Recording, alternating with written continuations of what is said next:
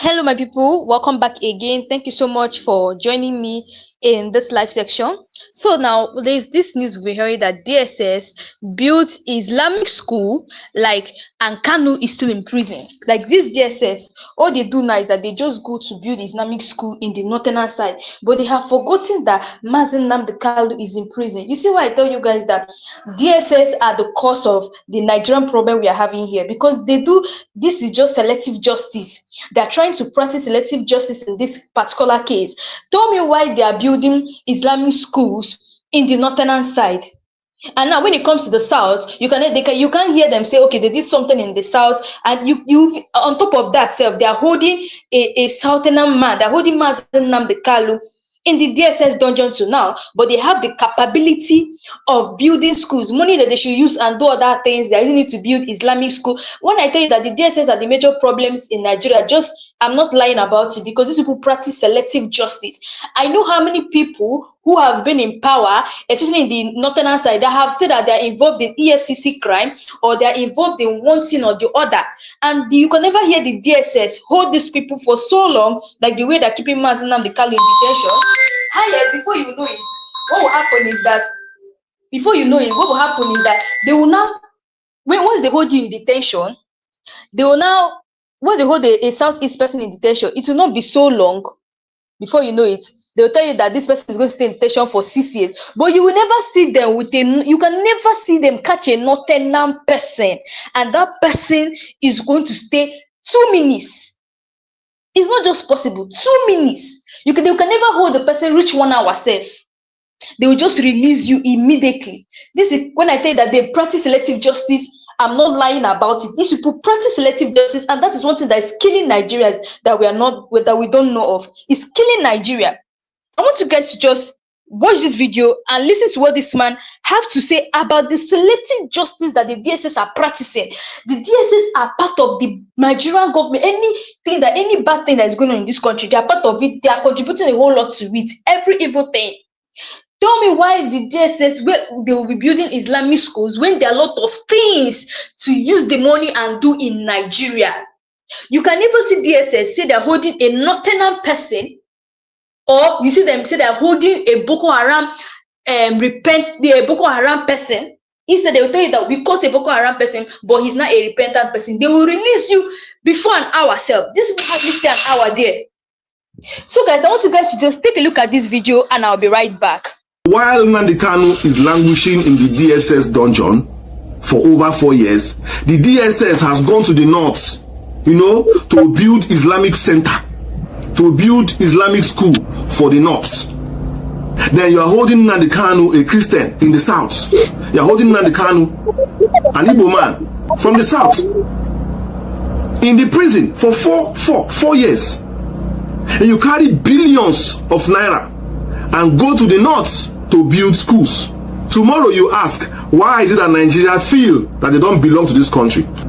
You keep on asking the questions. Why is it that it is as if our security agencies sometimes, are more emotional to the plight of the north than the southerners? Because even during SARS, people talked about SARS. That SARS itself does not even work in the north. There is no SARS in the north. How many times do you hear EFCC raid in the north? How many times do you hear DSS arresting somebody from the north? It's obvious now. It looks as if our security agencies are serving a section of the country. Look at all the high-profile arrests that have been made from the south. We are talking about social justice. We're talking about emotional justice. We're talking about doing the right things. Is this how you do the right thing? How many times has the DSS gone to the south to build a church? No, I want to know. Fact check me. Or to build a Christian center, or build a wonderful school that will serve people of the south. How many times? DSS is not a ministry of education. DSS is not even a federal ministry or an agency that is into education. So what is the DSS doing? Building such an infrastructure that costs lots of money in the north. Because I don't know if it's in the mandate of the DSS to do such things. I don't know. I can't tell. Maybe you can check it yourself. I'm very surprised that you hold a man against trial for 4 years because he's from the south. I am telling you, if Nnamdi Kanu was from the north, we will never hold him for 1 hour. Look at the people who have been accused of sabotage in our economy, who are from the north. Look at the people who have stolen money. The EFCC has called their name, they're from the north. Look at the sponsors of Boko Haram. The list is there. The list is there. The other day it was released for Nigeria to see. That look at people, how many of them have been caught? How many of them are in DSS dungeon? How many? Selective justice. Then you wake up one day and say you want to build school in the north, Islamic school of all schools that you want to build. Islamic school. Who told you that the north needs Islamic school? Who told you that northerners need more Islamic school? In fact, last time I checked, there are enough Islamic schools in the north, than even normal schools. I'm sure every street nook and cranny has somewhere that they learn Quran, that they cram Quran and co. They're not looking for Islamic schools. What they're looking for in the north is solve insecurity. They want to be at peace. The ravaging insecurity is going on in the north. There is a kind of takeover from bandits, banditry, poverty. These are the things that you should solve in the north. The role of DSS is to counter terrorism, to counter it. And that you should be doing. That money you spent building that school should have been put into intelligence gathering. Should have supported the community's intelligence gathering. You should have set up local vigilantes for them. Empower them with small, light arms. Build some kind of command and control centers. Equip their local, authorities, the village chiefs and village heads with intelligence. This money should have been put to good use that will yield results by building schools that, end of the day, may even remain empty because they have more than enough. So tell me, was this all about building schools? Or just showing where your loyalty belongs? It's very hurtful that some people in the south are suffering injustice while federal institutions that are supposed to preach neutrality are openly showing where their loyalties lie. So this is a step in the wrong direction. Do you know how much money was put into this project? In fact, since you have decided to build that school in the north, we are calling upon you to show reciprocity, to also show balance, to also show national unity, and in the interest of national unity, you will carry another money, go to the south, whether it is the southwest or southeast or south, you must go to the south and build a big church. You will build a big church and also commission it. You can imagine the kind of things we do.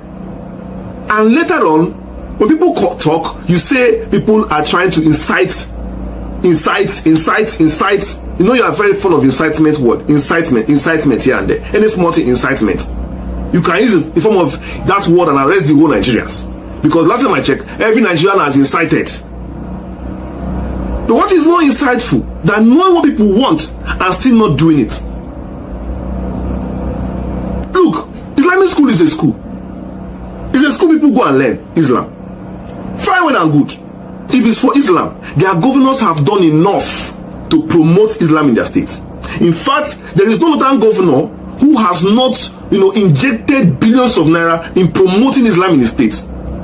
So that's why I'm saying you carrying money from federal government to go to Kaduna to build that school is just a waste of resources, because I'm telling you again that they have more than enough Islamic infrastructure in those states.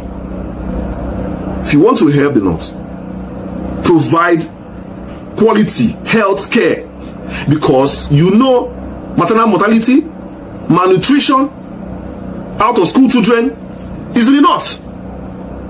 And such things breed criminality.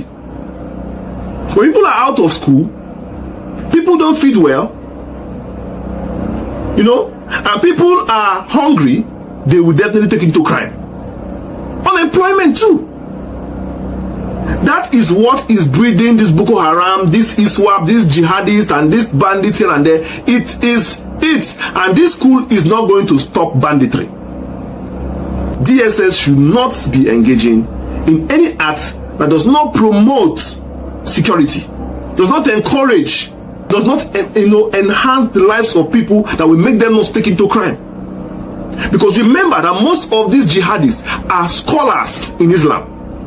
They are first class scholars in Islam. They all can recite the Quran. So opening Islamic school for them does not stop them, from joining a sect, a violent sect or banditry. How to end it is simply by channeling resources into ending poverty, promoting social justice, ending malnutrition, encouraging positive behavior, promoting security in the local communities, and funding agriculture heavily so that people can go back to their farms. I'm calling upon the DSS, the federal government, to see now, I think you can see it's so obvious that this country is highly politicized along ethnic lines. So long as Nnamdi Kanu is in that prison, is in that cell, and most importantly, has been there for 4 years, even if somebody is guilty, is that person supposed to be in cell for 4 years? Let's stop deceiving ourselves. In fact, it is obvious that there are two laws, one for the north, one for the south. In fact, there are two laws in Nigeria, one for Nigeria and one for the north. Badu.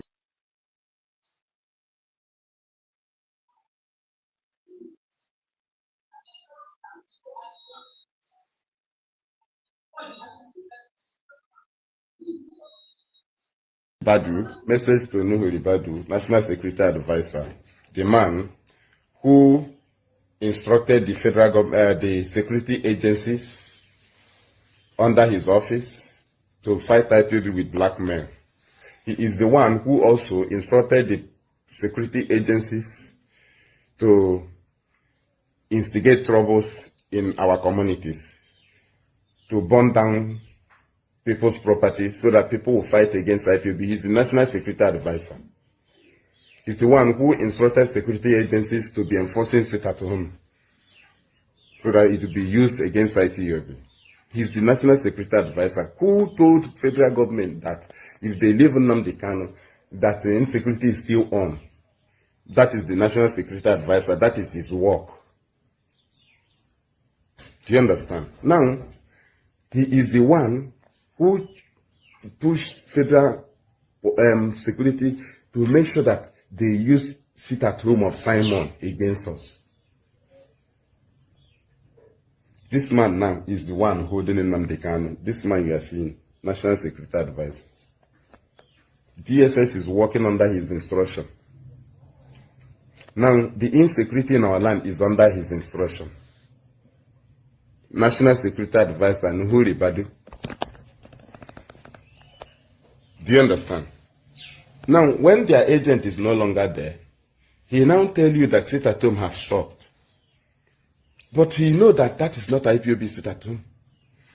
He know IPOB sit-at-home is once in a year or for a particular reason.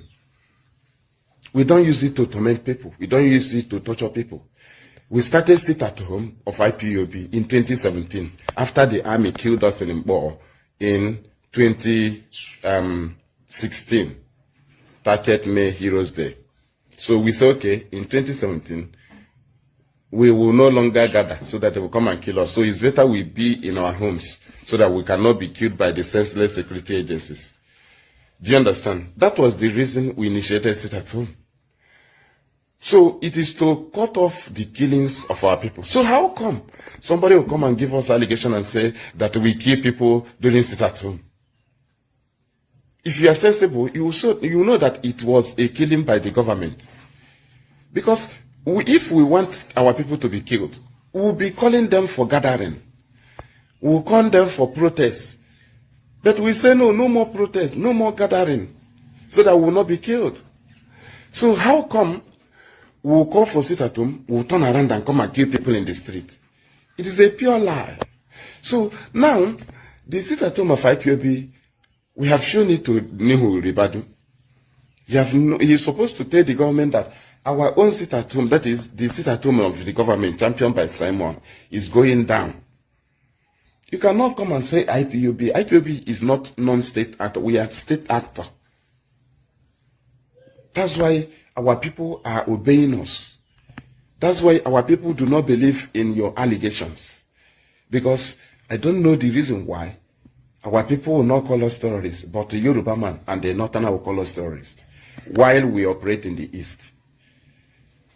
Are we operating in the West? Are we operating, yes, are we doing protests or our activities in the North? How come we only offend the Northerners and the Yoruba people? But our people are with us, because we are the IPOB, our people are the IPOB. So, Nuhu Ribadu, from your confirmation of sit-at-home, what do you have to tell the president? Would you continue to instigate the insecurity as the National Security Advisor? That is your advice. You advise the army to be burning houses. You advise the army to invade communities. You advise the police to lie against IPOB. You advise the army to fake a camp and call it the ESN camp. You advise the army to catch anybody and call him ESN. You advise the police to catch any criminal and call it ESN. Call him ESN.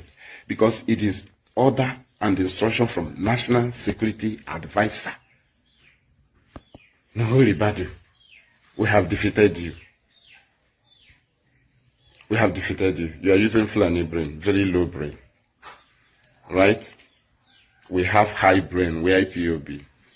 We don't have weapon. You trusted in your weapon. We trusted in our brain. And we have neutralized it. Without gun, without nothing, our people are obeying. And we can never stop. We'll keep tormenting Nigeria with our civil disobedience, while ESN keep fighting Fulani herdsmen in our bushes. And you can never report it.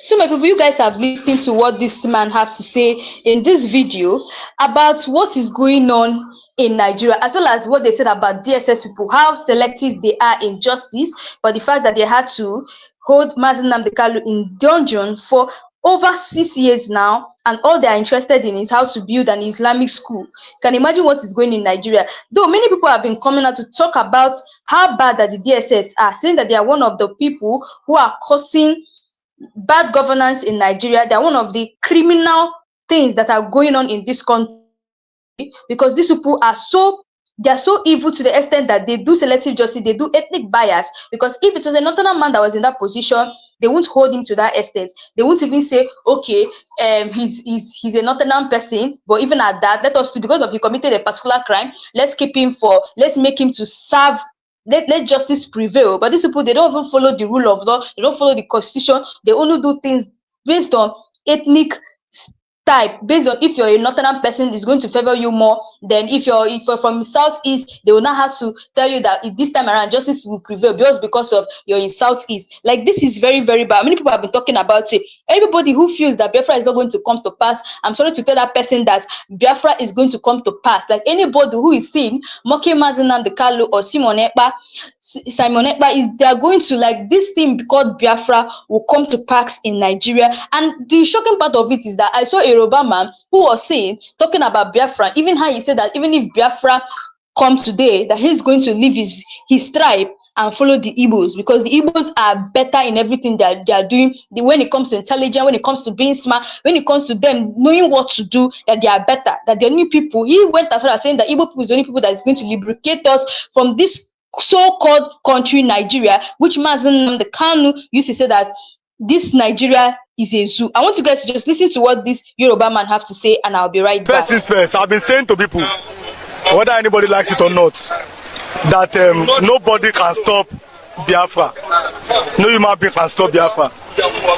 No human being can stop the sun from shining, whether you like it or not. No, it's not. See, Biafra is a spirit. I'm a Yoruba man. I have the spirit of Oduduwa in me. If you kill me, You cannot kill my spirit. Nobody. So Biafra is a spirit that no human being can conquer. You can't conquer it. Every Igbo man, whether you like it or not, you're a Biafra. Forget politics. People are not playing politics. No. It's not about politics. It's about the fact. Every man that was born in the East, they have this Biafra spirit in them. I have the Lulu spirit in me. I would have the Arewa spirit in them. Do you understand? Okay, let me give an example. After the Civil War, you bomb them, you destroy their properties. Then we saw children in videos with kwashoko, big bellies, begging. We saw these videos. Then what did God do for them?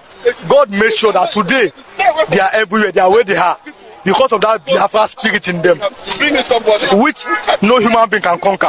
It's a fact. You know, some people that they are so afraid, I'm not a Biafra. You are a Biafra man. If you are an Igbo man, you're a Biafra man. Peter Obi is an Igbo man, is a Biafra man. For example, our president Bola Ahmed Tinubu said, Yoruba man, he said, oh, you are man. You can see, I am first an Egba person, then a Yoruba person, then before I'm a Nigerian. So an Igbo man first is a Biafran, then before he's a Nigerian. That's who he is. You can't deceive yourself. You can be deceiving yourself every time, but the truth will catch up with you one day. I said to people, I said, even if you kill all the Igbo people and remaining one little child, that child is Biafra. That's why it cannot be defeated. They are everywhere now. Are they not everywhere? Where do you go that you won't see them? In shops, in marketplaces, all over the world. They're everywhere. So you can't defeat them. So Nnamdi Kanu will only embolden them. Terrorist sponsors are not in detention in Nigeria. People, for example, even Sunday go to Obama that said he wanted to do it. Is free. Then why is Nnamdi Kanu in detention? Do you know what I'm saying? Now listen to me. When Nnamdi Kanu appeared in court, did you watch the court proceedings? When he appeared in court and he was speaking boldly.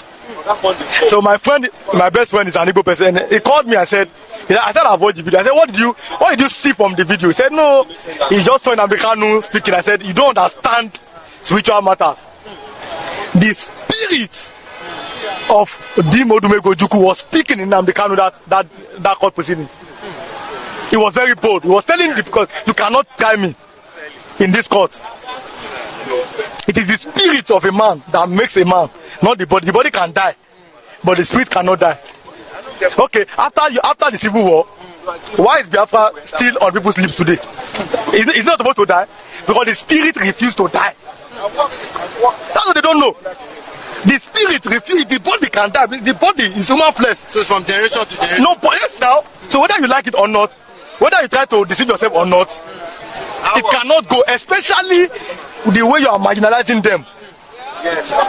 Do you understand? Let me give an example. In education, in journalism, in law, Yoruba people, they are majorly there. That's why you see the NUG and everything, they are in Lagos, in Yoruba land. In military, majorly, people that are in military, majorly are the northern people. It's a fact. That's why you see military headquarters is in Kaduna State. In Nigeria, they talk about business, importers. They are majorly the Igbo people. But where is the seaport in Igbo land? That is the question. There's no seaport there. And it is deliberate. Or this thing is not deliberate. It's deliberate now. So until you make sure that if there's justice, fairness and equity in Nigeria, then all of us will be able to move forward. But if we keep deceiving ourselves, one Nigeria, this one is better than Nigeria, you are just, you can't see, you cannot beat a child and ask the child not to cry. You know the truth. One Nigeria, don't see anything. It's just one Nigeria that looks like a Fulani country. One Nigeria that favors people and does not favor the other people. You understand? Give government seaports. Lagos will be depopulated. Give them seaports in their place. They have their place for seaports. And people will say the Igbo land is landlocked. That's a big lie. The Igbo land is never landlocked.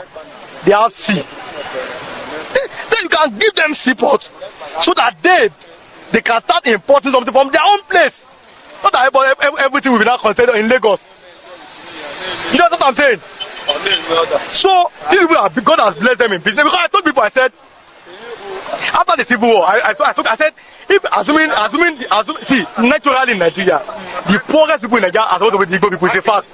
Because you give some of them 20 pounds, properties have been destroyed, they have nowhere to go. But God bless them, and some of their leaders, especially from, I know Anambra very well. That's why today in West Africa, the amount of billionaires that come from Anambra State cannot compare to anywhere. It's a fact. Go and Google it. In West Africa, Anambra have the highest number of billionaires. They are good in business. What did they do? You serve your guy many years, then after like 6 years, he gives you the shop, then you go again. That one that then gives shop today too, another way to come and serve him, that's how they were able to remove themselves small by small out of poverty. Assuming they behave like this outside people, that they were giving people food and be begging, today they'll be the poorest because they fought a civil war. That's what ordinarily all these beggars that you see here and also naturally be the Igbo people is a fact, but they are not because their leaders are able to think and take them out of poverty the way they can. But the government seems to be against them. I mean the federal government. Give everybody, if you give a Hausa man the same opportunity, Yoruba man the same opportunity, give Igbo people the same opportunity, Nigeria will be better than this. But because okay, this is your tripod, and I'll be saying it, Nigeria is like a tripod, these three things. If you remove one out of it, two cannot make it stand. You deliberately remove the Igbo people from them. You now give only Hausa and Yoruba. It's not, no, it's not, I mean, it's not good. It's not balanced. It's not, God bless, it's not balanced. It was the day one man there was very happy, Yoruba man. He said, Igbo Nigeria president, Igbo never become president after Yoruba, Hausa, after Hausa Yoruba. I said, I want to ask you a question. This useless Yoruba and Hausa and power, what have you benefited from it? Yeah, he said, no, not. I said, then thunder will fire you. You know that you're not benefiting, but you can't even say the truth, you're not benefiting anything from them. You are a Christian, you have the mind of God to tell people that no, this is right, this is not right. We cannot say we are one country and we are against a particular people. No president, to become president is wahala. Let me give you an example. In Nigeria, go and check it, every unitary school. If a Yoruba, Hausa, and Igbo man want to write an exam, it's a fact. Unitary school, Yoruba man will they must have like 200 marks to be admitted. Igbo man like 200 marks to be admitted. Hausa man like 50 marks. I'm telling you, it's a fact. In unitary school in Nigeria, all of them. Now, if after somebody 200 marks, another 200 marks, another 50 marks, they now got to school. If there's now a job in federal civil service, in NNPC, in CBN and all those things, the first person to be employed will be that person that has 50 marks. I say the country should go forward. Stop deceiving yourself. Let us pray for Nigeria. You cannot pray for a goat and the goat will now become a cow. Pray for Nigeria. You have been praying for Nigeria for so many years. And it's not working because there is no justice, equity, and fairness. Until there is justice, equity, and fairness, then the country can thrive and move forward. And people will see that, oh, Nigeria is working. But for now, there's no justice, equity, and fairness. People are just deceiving themselves. You understand? There's no justice, there's no equity, there's no fairness. People are just deceiving themselves. I don't deceive myself. I'm a kind of person, I tell myself the truth. My father used to tell me, if somebody is deceiving you, it's better. But you don't deceive yourself. You don't deceive yourself. Nigeria cannot work like this. Yeah, you are sidelining a major tribe. And you make sure that they don't get to power. And by putting incompetent people in power. In 2015, and I told people, and this election, if you make.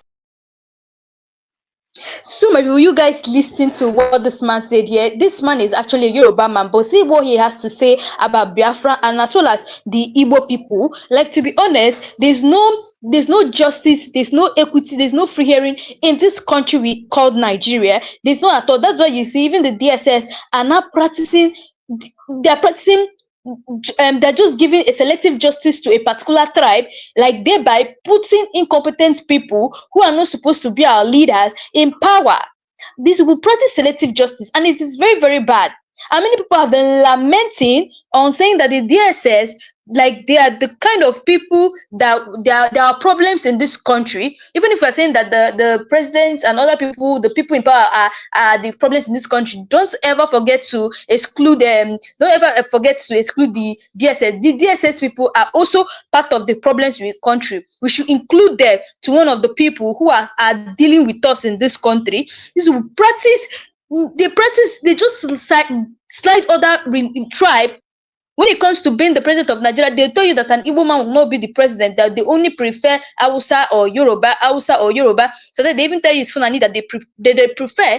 And they've not even wondered that the people who they are saying that Hausa, Yoruba, and Fulani want to be in power, have they forgotten that all these people that have been in power, the Hausa and Fulani, what have they done to this country? Like ever since they started ruling, was there any change? Still, people are still lamenting. Why don't they just try to open ways? That's okay. Let us just give chance. Let's give opportunities to the Igbo so that they can be able to rule.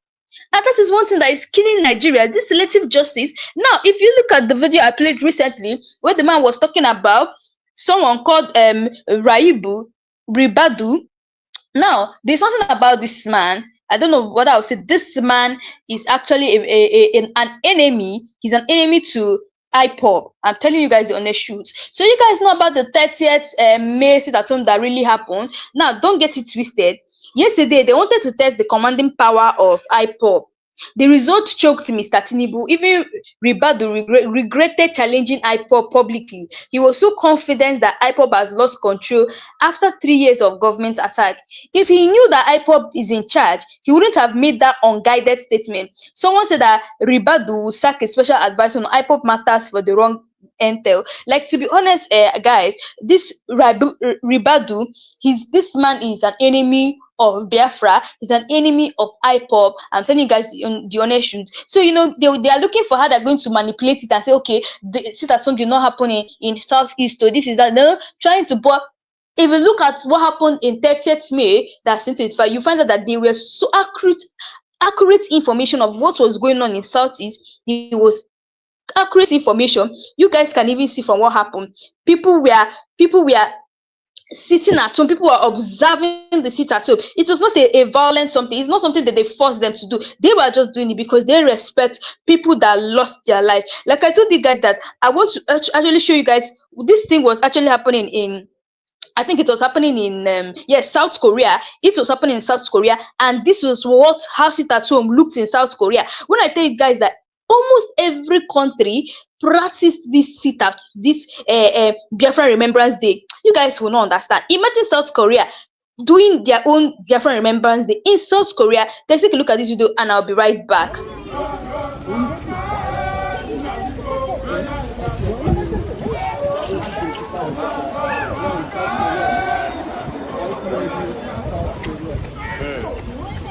Oh, wait.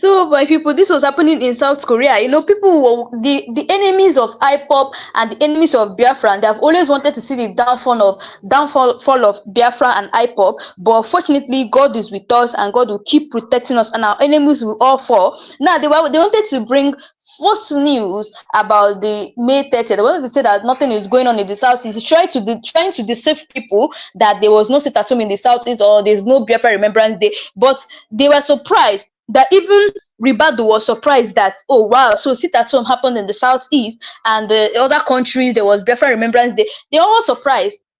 Like this is happening in South Korea. Can see the way people were saying free Nnamdi Kanu, free Nnamdi Kanu, and the enemies of Biafra and the enemies of IPOB, they were so surprised and they were like, what is going on?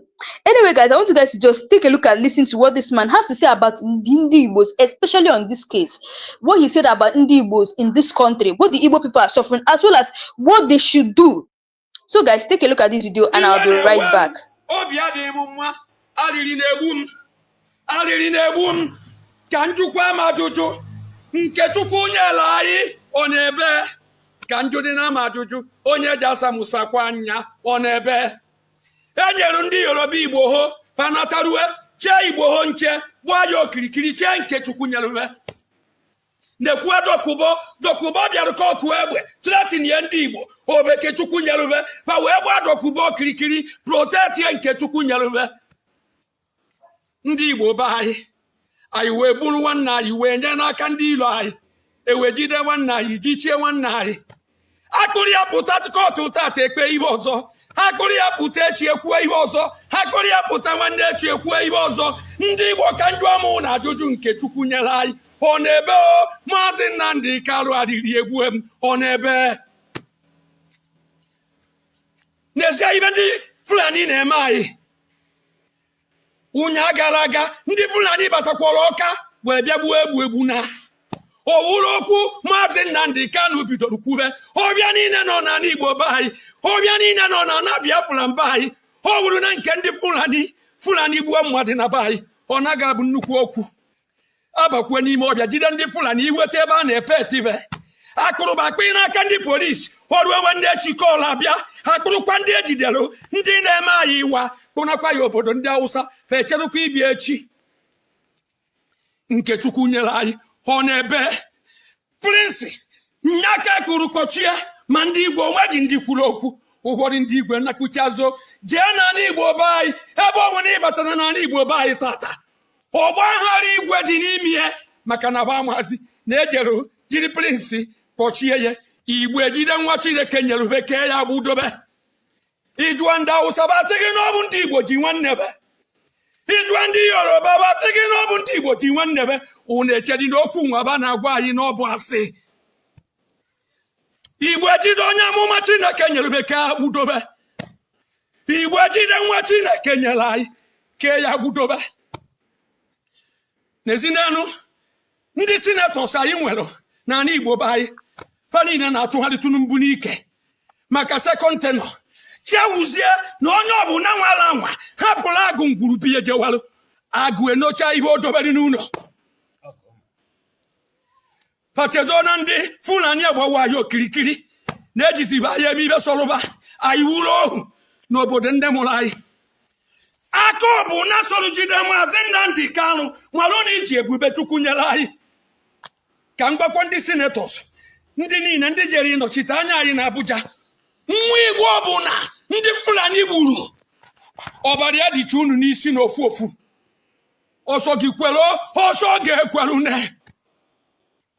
onye Igbo ọbụla onye Fulani gburu ọbara ya dịcha unu n'isi n'ezi ibe a na-egbu ndị Igbo ka ọkụkọ na ibe a na-aba egbu ndị Igbo ka ehu ndị politiks anyị ndị senatọs anyị baje Abuja gbechicha ọnụ ogbe onye kwere ekwu okwu ka egbucha Igbo so gị na nwa be gị unu eje ebi unu na-eme anyị echeta ebebe.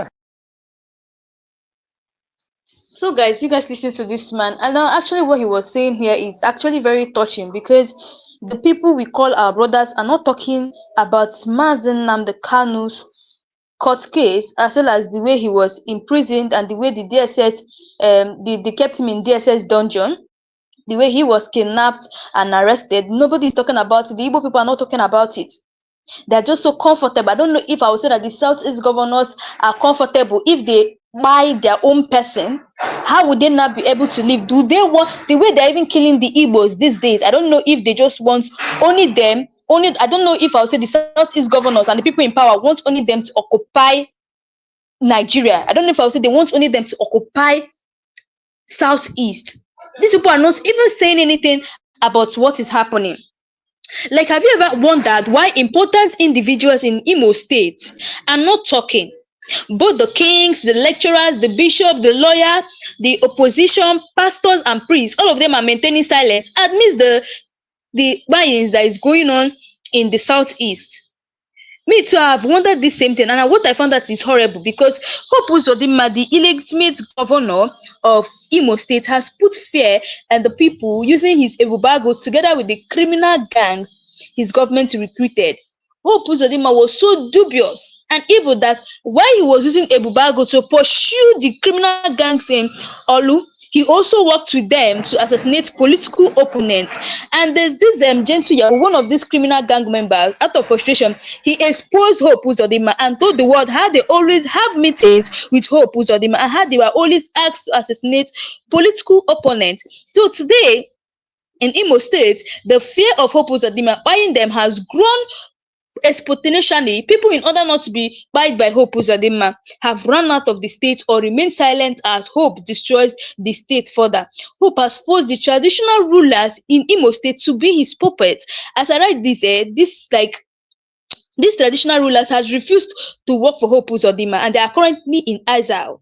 They have been living in Lagos without touching home for years. That's the only reason why they are still alive, because they know that once they come back and they're not doing what they Hope asked them to do, their own is finished. So recently, Hope Uzodinma has mandated all town PGS to join APC or resign. Entire PGS in Imo State have all joined APC. This implies that every town and village in Imo State has officially become APC and will still work for APC during election and supporting Hope in killing our people all the more. This is never a good way to govern a people. Hope has become an emperor that no one dares to talk to. Our people should rise up and challenge Hope Uzodinma to reclaim our land. Those who don't believe this should wait till he leaves power. When that time comes, you will hear in detail the atrocity of Hope Uzodinma. For now, they're afraid of what Hope will do to them. Like, it's time for us to start talking up. You know, one thing that people don't understand is that once a governor of a particular state leaves the state, you guys will start hearing the atrocities they committed. But for now, you guys are not going to be hearing anything. Like, nothing is going to be happening. It's only when they leave that you guys will start hearing of the atrocity they have committed while they were in office.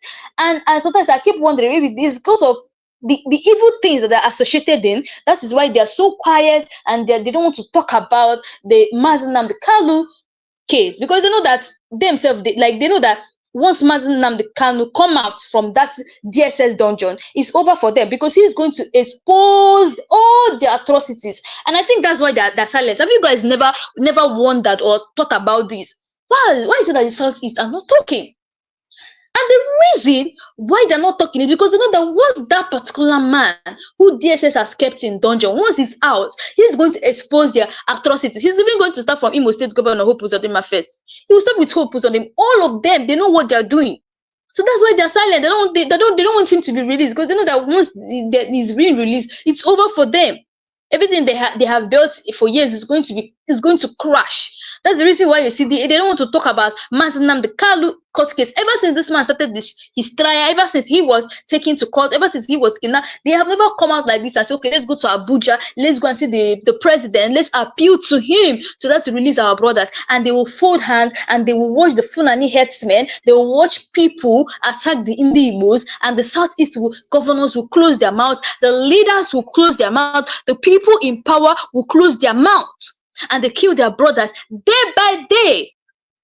Tell me if this is not total wickedness. This is total wickedness. And it's only time, it's when time will come.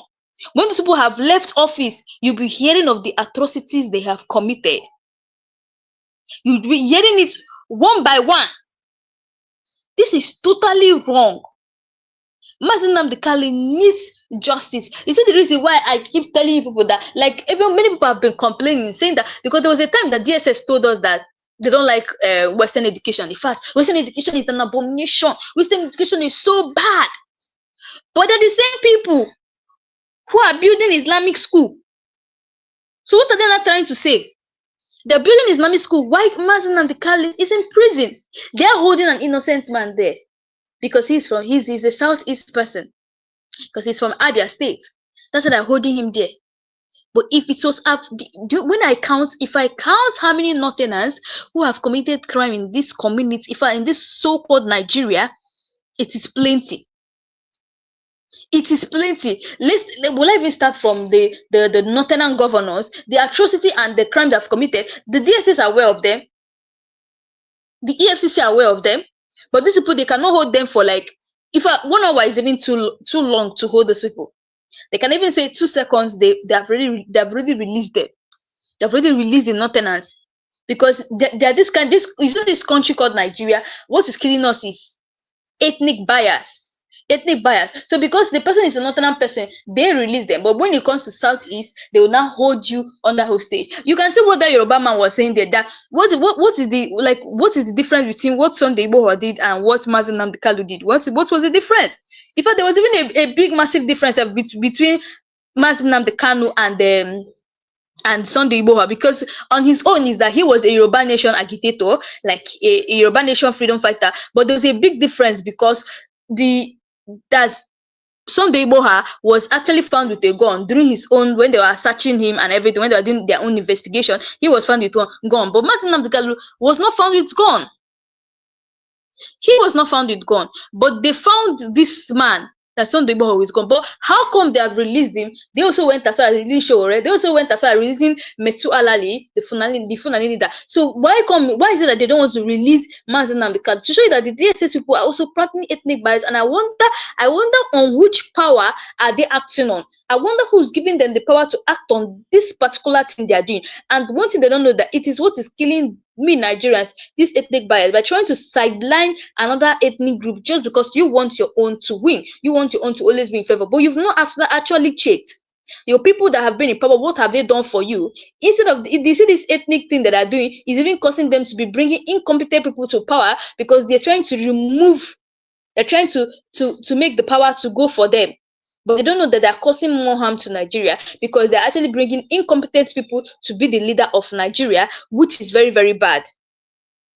So, guys, I want you guys to just listen to this man, what he has to say about the DSS and building Islamic school, as well as they already are aware. They were aware that Nnamdi Kanu is in prison, but they go as far as building Islamic schools. Guys, take a look at this, and I'll be right back. This is for people who have not really listened to what this man was saying. Guys, take a look at this, and I'll be right back. While Nnamdi Kanu is languishing in the DSS dungeon for over 4 years, the DSS has gone to the north, to build Islamic center, to build Islamic school for the north.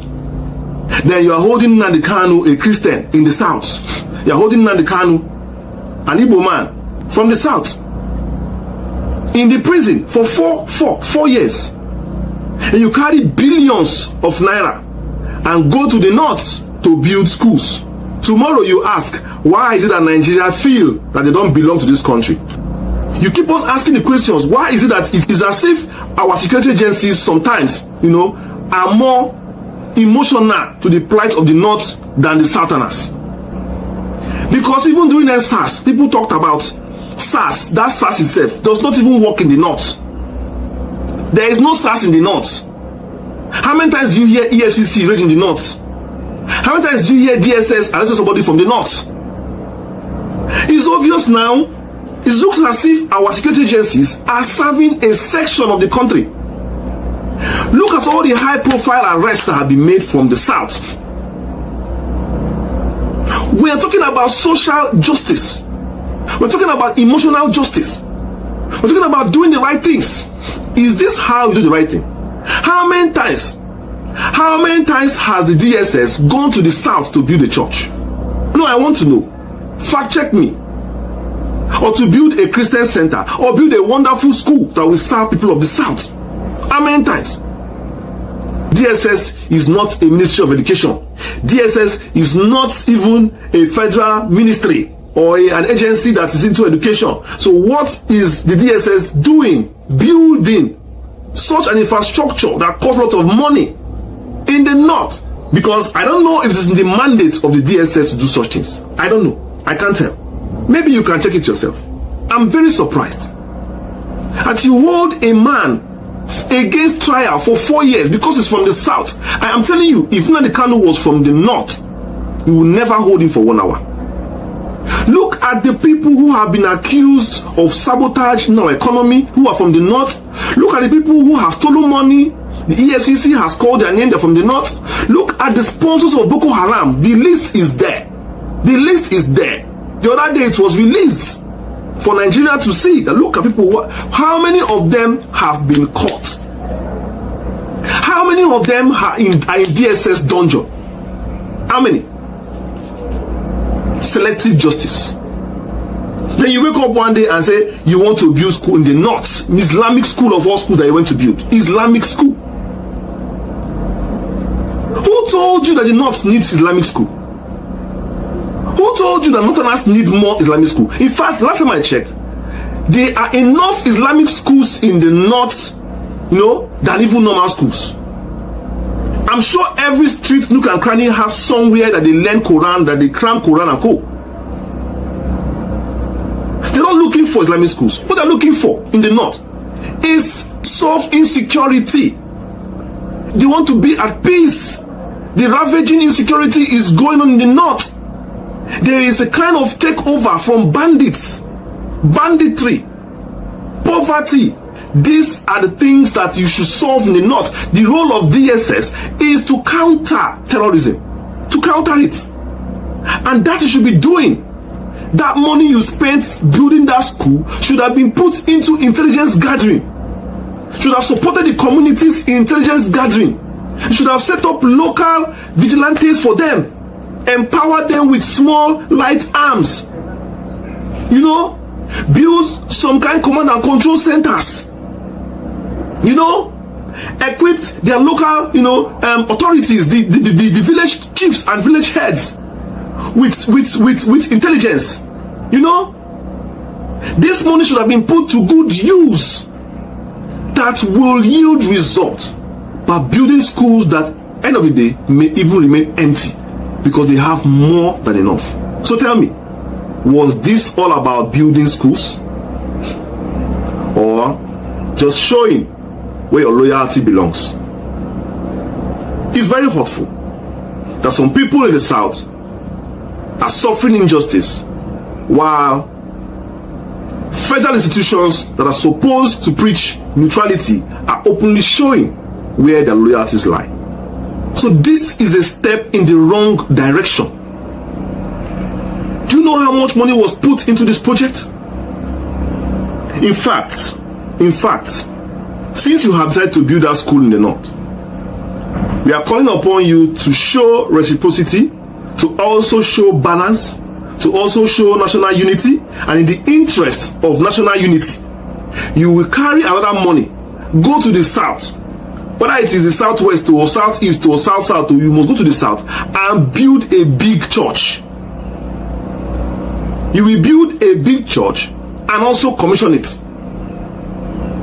You can imagine the kind of things we do. And later on, when people talk, you say people are trying to incite. You are very fond of incitement word. Incitement here and there. Any small thing, incitement. You can use it in form of that word and arrest the whole Nigerians. Because last time I checked, every Nigerian has incited. But what is more insightful than knowing what people want and still not doing it? Look, Islamic school is a school. It's a school people go and learn Islam. Fine, well and good. If it's for Islam, their governors have done enough to promote Islam in their state.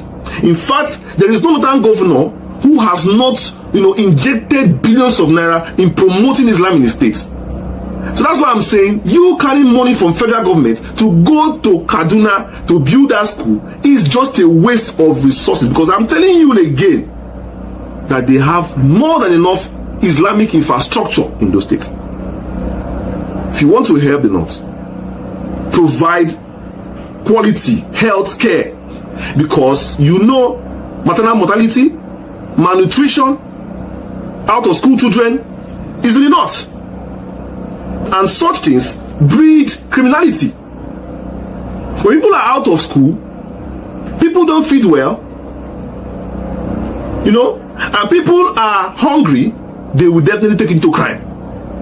Unemployment too. That is what is breeding this Boko Haram, this ISWAP, this jihadists, and this bandits here and there. It is it. And this school is not going to stop banditry. DSS should not be engaging in any act that does not promote security, does not encourage, does not enhance the lives of people, that will make them not stick into crime.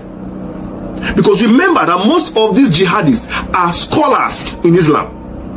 They are first class scholars in Islam. They all can recite the Quran. So opening Islamic school for them does not stop them, you know, from joining a sect, a violent sect or banditry. How to end it is simply by channeling resources into ending poverty, you know, promoting social justice, you know, ending malnutrition, encouraging positive behavior, you know, promoting security in the local communities, you know, and funding agriculture heavily so that people can go back to their farms.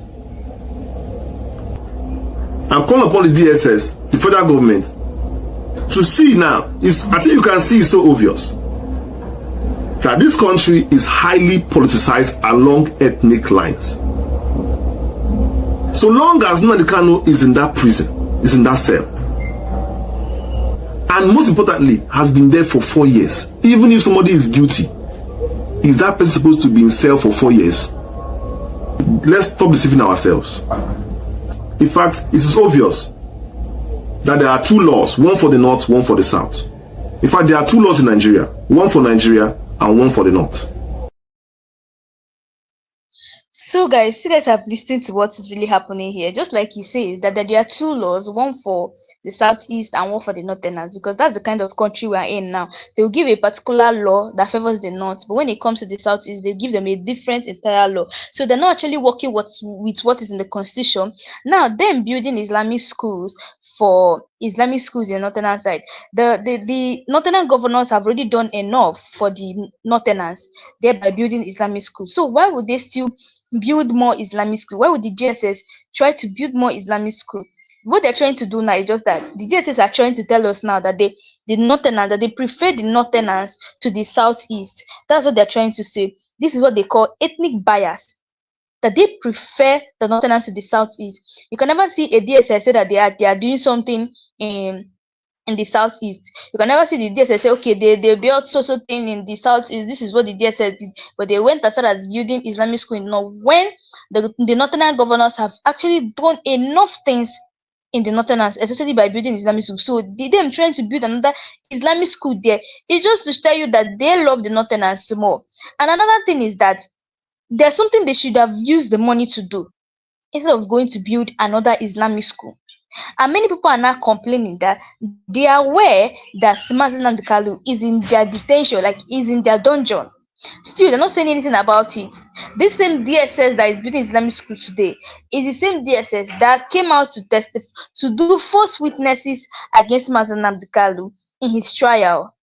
They came to do false witnesses. They went as well as lying against him.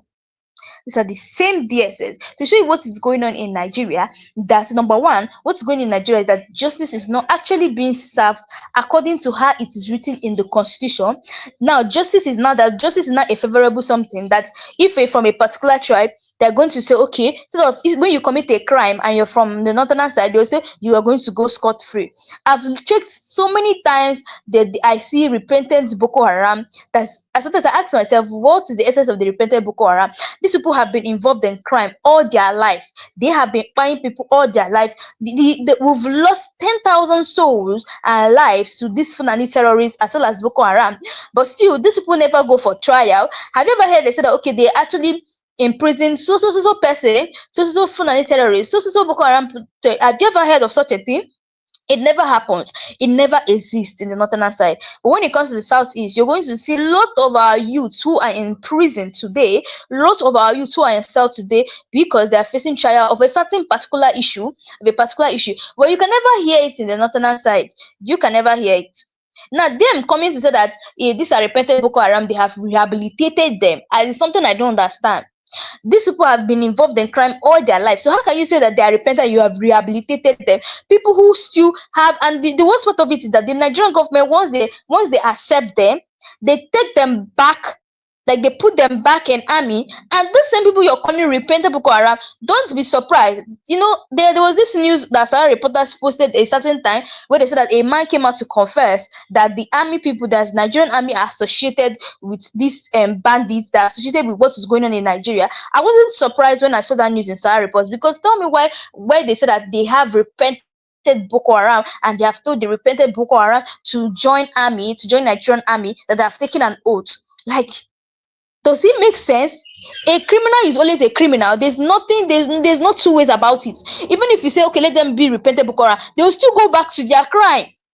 So when I heard the news from Sarah reporters, I wasn't surprised, because I know that these people will still want to go back to their crime again. Now, this particular person was confessing that the Nigerian army do collect their own share once these bandits catch their victim. They collect their own share because the Nigerian army were able not to catch their location. When I tell you guys that the Nigerian army and the Nigerian police, the people in government, know where all these bandits, know where all these Boko Haram, knows where all these Fulani terrorists exist, where they stay. I'm being honest with you guys. They are aware of their location, but they have refused to tell us where they are, because they feel that they know what they're doing. They are using these people to gain something. So you see, when they tell us this is one Nigeria, many people are like, one Nigeria? Are you with your senses? What are you calling one Nigeria? One Nigeria, and they're killing your brothers and sisters, and you're saying one Nigeria. There are people who are saying it's one Nigeria. Is the only people in power, because they know that they benefit. They benefit a whole lot from the so-called one Nigeria. They know that once this one Nigeria of a thing ends, they will not be benefiting like the way they have been benefiting before. All their plans will come to an end. They will not be seeing money again. That is the reason why you see they're still shouting one Nigeria, no one Nigeria, one Nigeria. But there's nothing one Nigeria. If these people kill your own brothers and sisters, well, what is the one Nigeria? What is the one Nigeria? If they have the mind to be buying your own people, then I don't see any one Nigeria. Because anybody who's saying one Nigeria in this country is a big fool, because there's nothing like one Nigeria. Many people are complaining about what is going on in Nigeria. Many people. So the only people who are enjoying this one Nigeria is the people in power, like the president and the people in government. They know what they're doing, so that's why they're still believing in one Nigeria. And that's the reason why they don't want to release Nnamdi Kanu, because they know that if they release that man, they know that once they release him, one Nigeria has ended. Nnamdi Kanu does not have any business with one Nigeria. It has ended. That's the reason. So they still they try to keep him hostage, because they know that he's someone he's a freedom fighter who has never believed in one Nigeria. He says Nigeria is a zoo. It's only animals that live in Nigeria, because people who don't use their initiative, they don't use their sense. They don't use their sense. Many people have been telling the government, why don't we just invent anti-grazing law in this country, whereby the Fulani people cannot be having the right to carry their cattle and be going up and down. They said it, but the people did not listen. They said that they should stop. They should bring this law. They should even pass the bill whereby they stop this. They bring law of anti-grazing, so that these Fulani people will not be carrying their cows and be going up and down. Who even gives them the ability, that like the power to be carrying their cows and be going up and down? Thereby, on top of that, also causing troubles, giving people that's the owner of the land, giving them sleepless night, giving them they don't have peace again. So the Fulani terrorists start invading people's houses, people's land and community. People don't have peace again, and this is the same thing that Nnamdi Kanu has been warning on his broadcast. The whole governors don't sell your land to Fulani people, but they don't listen. Guys, I want you guys to just take a look at this throwback of what Nnamdi Kanu said in his broadcast video about these Fulani terrorists as well as Nigeria, and I'll be right back, guys. Fulani can control you however they like. Once they announce it, Yoruba newspapers very foolishly and stupidly will support them because they want Tinubu as the president. And you are all dying every blessed day. You are all dying every day. Have you people risen up to say that what is happening in Nigeria is bad? There is no way that Fashoranti's daughter will not be alive today. That is the price you pay for duplicity. That is the price you pay for treachery. That is the price you will continue to pay until you rise up and say, enough is enough. It is up to you to do it. You did it during NSAS. You can do it again. Can you imagine Fulani people telling you, if you remove Fulanis from Yoruba forest, imagine Fulani telling you, if you remove them from your ancestral lands, there will be war. And you are panicking. And you have not asked yourself, why are they not saying something about the East? Why did they not say to Eastern Security Network? Why did they not say to me, if you don't stop evacuating Fulani terrorists from the forest, there will be war? Because they know, they understand psychologically that you don't have what it takes to resist them. Do you know why Borno State is still alive? Why you still have the Kanuri people in Borno today? Was because they resisted the Fulani centuries ago. You have to go back to history to understand how Nigeria came into existence. Fulani has been expanding from day one, from Senegambia. All the way from Senegambia, they've been expanding, and now they are in Okigwe. All the way from Senegambia. They are now in Okigwe. And you're asking us to somehow fold our hands and keep quiet because of 2023, because one idiot is going to come out to become a president, because of that rubbish, because of that nonsensical notion, we should fold our hands and wait until we are overrun by the Janjaweed from the Sahel. Is that how reasonable people think?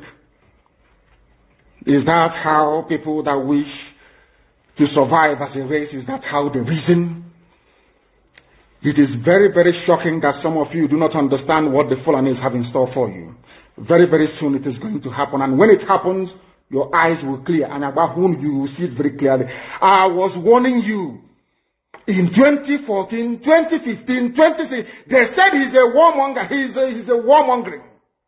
I went to America and I told World Igbo Congress that this war you are avoiding is going to come to your villages. They said, no, it's not going to happen. What is happening today?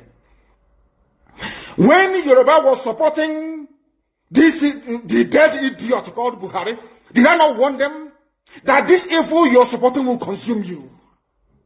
They never listened. They never wanted to listen. IPOB is a terrorist group. You're trying to divide Nigeria. But Mietiala is not. People that you are calling bandits, have you heard anybody come out to say, please Buhari, since presidency is there defending terrorists in the forest, why don't you proscribe them? No, you cannot proscribe a Fulani group. Never. And all of you, we are supporting evil. When there is the proscribed IPOB, proscribed indigenous people of Biafra. These are Yoruba journalists writing junk. Every day they keep writing rubbish. But their land is under siege. Their land is under siege. And the Fulani will take it. It doesn't take time. So I am here today to encourage them that they must stand tall and be very strong, resolute. That is what Fulani does. They control the media. They have well-paid consultants all over the world doing their bidding for them. They have that woman at UN trying to lobby the world that everything is okay in the zoo called Nigeria. But you and I know that the zoo is not okay. You and I know the game plan of the Fulani. And what are you doing about it? Nothing.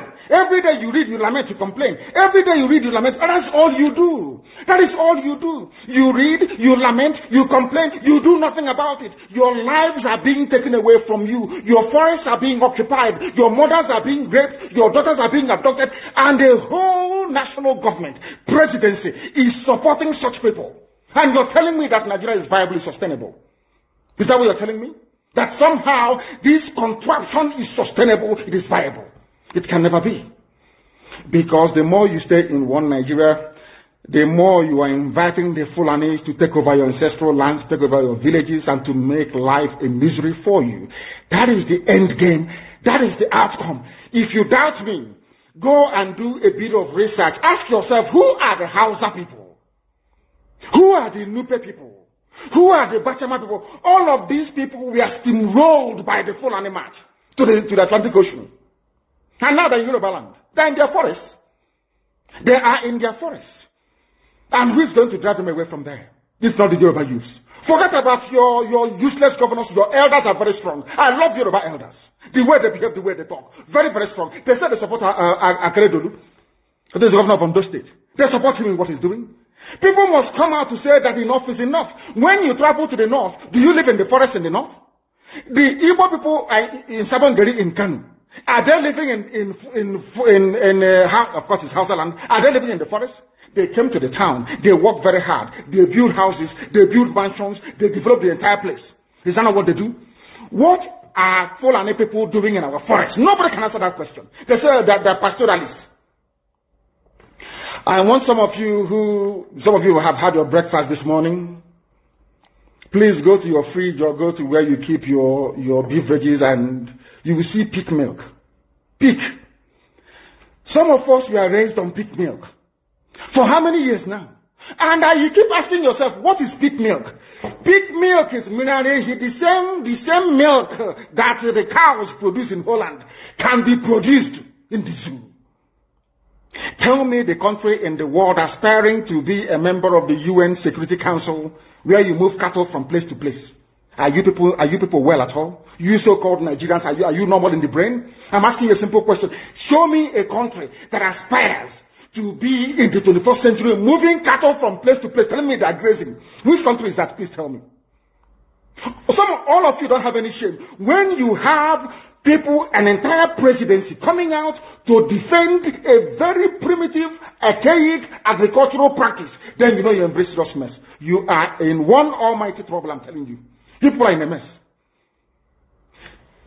The Holland that you get your pig milk from, do they move cattle from Rotterdam to Amsterdam? I'm asking you a simple question. But they produce the pig milk that you're drinking every blessed day. Why can't Fulani produce pig milk in Sokoto? Why can't they produce carnation milk in Kanu? They have the cattle. Before the white man came, did you see any Fulani in your forest? All these people talking rubbish about movement of cattle and movement of... I'm asking you, before Britain came and handed over Nigeria to Fulani, ask your grandfathers, please, or your grandmothers. Ask them. All this nonsense we are hearing today in this so-called one, I want to tell you the dangers of one Nigeria. All this nonsense you are hearing today about one Nigeria, Fulani in our forest, Fulani in our village. Before the white man came, did you see Fulani moving their cattle all over the place? Did we not have meat to eat? They will answer these questions for you. Because sometimes in Africa we don't reason very well. The way we reason is jaundiced, it is disjointed. I can't understand for the life of me why instead of them to waste all that money arming and equipping this Janjaweed army to come and conquer you and I, why don't they open a milk factory somewhere in the north and bring the milk down south? I'm sure Southerners will buy it. After all, pig milk comes all the way from Holland. Pig milk all the way from Holland. Now you understand it. Because of the way you people reason. Why can't you produce? Is it difficult to produce milk? The same milk that comes out naturally from the udder of the cow. Why can't you can it somewhere, pasteurize it, and send it to people to eat, to drink, or to do whatever with? All over the world, that is what is happening. In fact, they produce so much milk in Europe that they pour it away. Why can't you do the same thing? A whole president claiming they are in the 21st century are supporting a very primitive practice of moving cattle from place to place. All of you, you're not ashamed of yourselves. You have no shame. Now somebody will say, your shame is shaming me. I'm telling you, you people from the zoo, I'm ashamed of your ignorance and stupidity. You people are hopeless, completely hopeless. One day now, one idiot to come and say, we are intellectuals. And you're moving cattle from Kafanchan to Ahoda. You are intellectuals. You are intellectualizing. You are in the 21st century, you are moving cattle, driving cattle, Nama, from over. So my people, you guys have listened to this broadcast of Mazi Nnamdi Kanu. Like he says, one thing that people don't know is the dangers of this so-called one Nigeria, because we cannot say that in this primitive age we still see the Fulani herdsmen are still carrying their cows and be going up and down like like in this modern age we are. It's not like when we're in a primitive age again. This modern age are still carrying their cows and be going up and down. I say that they're intellectual, but they have forgotten that the same people that are carrying their cows up and down, the same people that are buying people in these modern days, they're still buying people. They're buying our own people, like we are seeing it every day in a broad daylight. They're no longer afraid again. Just like what happened I think it was around Yamufu side, I think in Enugu State, the way the Fulani herdsmen invaded that place and the women came out and they were lamenting that the Fulani herdsmen have destroyed their farm. Not only that, this you have Kana in intercourse with them, and after everything, put sticks into their private parts. This is so bad. And many Nigerians are still saying that the DSS of building school there does not make sense, because I don't know what the Northerners are really thinking. Like, they don't actually use their sense in some things. In a modern age, these Fulani herdsmen are still invading people, are still carrying cows up and down. You see why Mazen and Kanu have been warning the Hausa people for a very long time, saying that Hausa and Fulani are not one, but they didn't listen.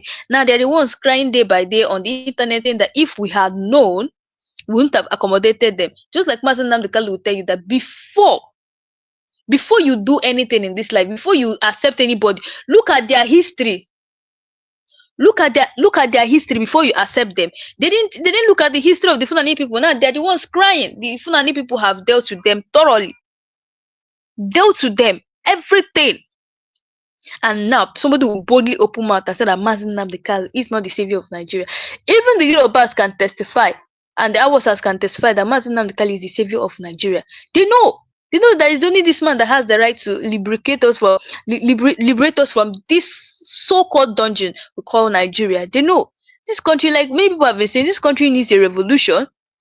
We are not seeing any progress. Since the last time people that have been in power, we're not seeing any progress. Things are getting worse and worse. Have they never thought, is there anyone that, because normally we've been having pastors, priests, and people praying for Nigeria, that Nigeria is going to be better, but have they not asked themselves, is that if they say God answers prayer, do you think that God is not going to answer that prayer? He's going to answer the prayer. And definitely God has actually sent a man like Nnamdi Kanu to come and liberate us and help us. But people are blind to see it.